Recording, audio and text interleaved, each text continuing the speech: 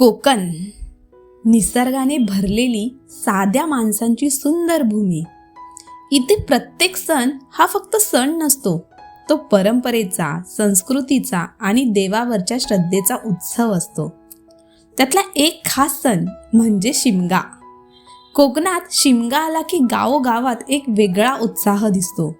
देवाच्या पालख्या निघतात, ढोल ताशांचा नाद घुमतो आणि प्रत्येक घर देवाच्या स्वागतासाठी सजतं. असं वाटतं जणू देव स्वतः भक्तांना भेटायला घराघरात येतोय. भटकलेल्या मनाला शांत करायला, संस्कृतीची आठवण करून द्यायला येतोय.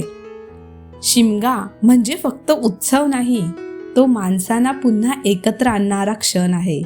जुने रुसवे फुगवे विसरून सगळे एकत्र आनंद साजरा करतात.